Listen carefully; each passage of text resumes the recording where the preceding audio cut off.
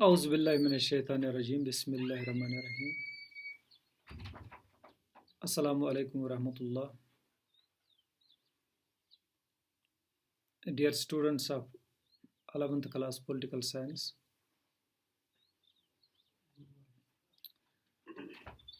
our topic for today is Fundamental Rights, part 3. Dear students, you must be remembering it that so far we have discussed 5 fundamental rights, 5 of 6 fundamental rights in part 1st and part 2nd, that is right to equality, right to freedom, right against exploitation, right to freedom of speech, cultural and educational rights. And now, number 6, a right to constitutional remedies, guaranteed by the Constitution of India to its citizens under Article 32. It's an important fundamental right. As the chairman of the drafting committee of the Constitution of India, Dr. BR Ambedkar has narrated it, heart and soul of the Constitution. It guarantees the right to move the Supreme Court or High Court if a right is infringed, encroached upon unlawfully.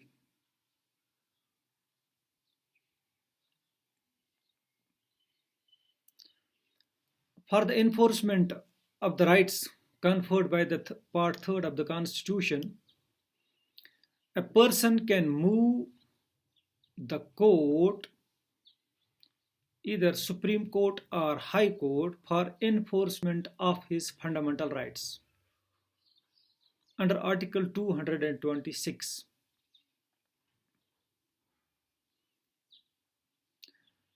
Dear students, you should remember it. Judiciary is the custodian of our fundamental rights. Judiciary can issue writs, orders, or directions for the enforcement of the rights which have been infringed, even by the state.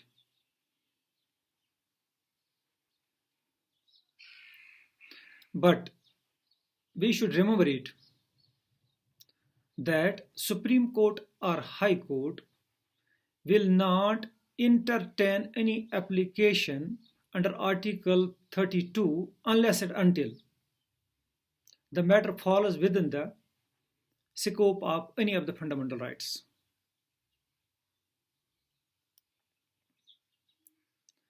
Now, let's try to understand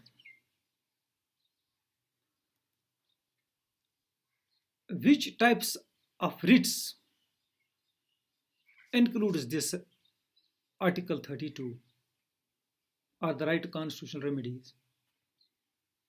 It includes 5 types of writs, and the first is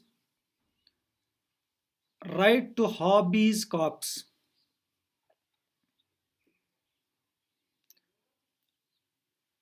which has been derived from a Latin word, means you may have the body, or let us have the body.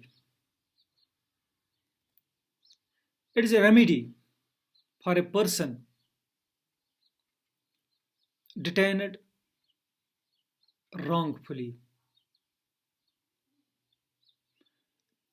If a person is detained, he or she can file the petition in the court, and court may ask that authority under which conditions the person has been detained and will examine his case. If that case will not satisfy the court, or the person has not violated the constitution, they can order for his release. So it's valuable for personal liberty of an individual. Another is a writ of mandamus.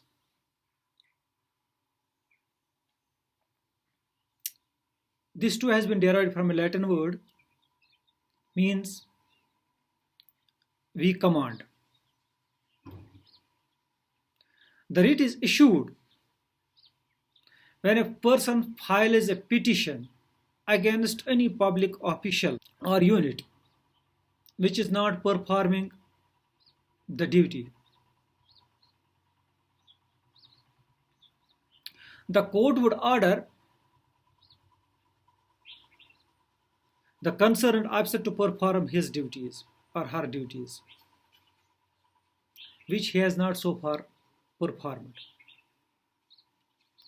But it is the discretion of the court to issue such writs, so can't be claimed as a matter of right. Now, number third, dear students, is writ of prohibition. A writ of prohibition is issued to a subordinate court, and they are directed by the higher court to remain within the limits of their authority. That means don't cross the limits. It is popularly known as stay order. After the issuance of this writ, proceedings in the court comes to halt. That means come to stay.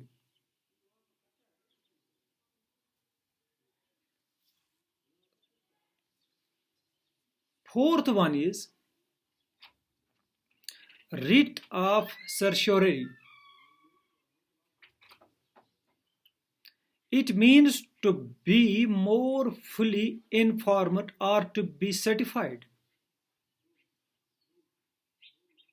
By this writ, the lower court is asked to hand over the records of a particular case to the higher court for proper consideration.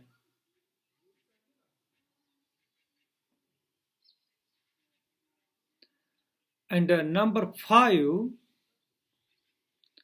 Writ of Quo Warranto.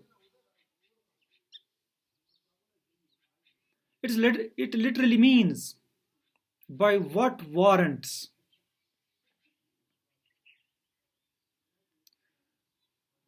This writ is directed against a person who has wrongfully or illegally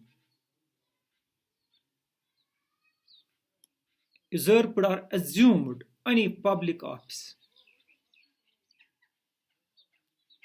It calls upon the person to show under what authority he holds the office illegally. For example, for government jobs, age of retirement is 60 years. And if a person is recruited at the age of 61, that means he has already been should have been retired. That is challengeable. Or if a person does not possess the prescribed qualification for a particular post,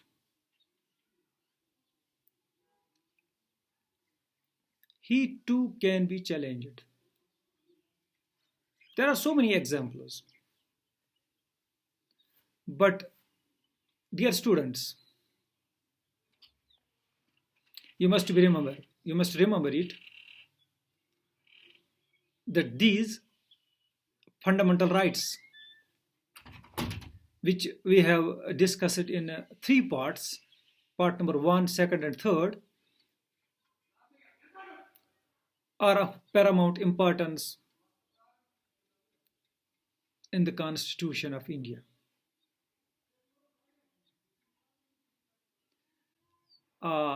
These fundamental rights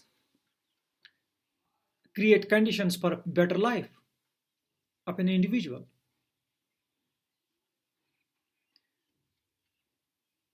And they check on the arbitrariness of the government.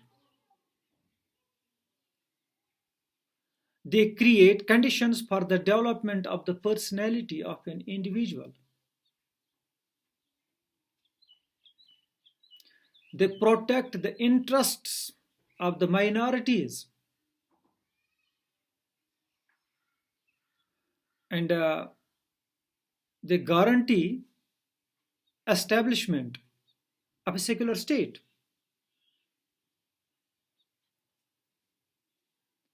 And establishment of social democracy. Dear students, so we have completed this lesson of fundamental rights. We have discussed all 6 fundamental rights guaranteed by the Constitution. So inshallah, our next topic will follow, and that will be fundamental duties. Assalamu alaikum.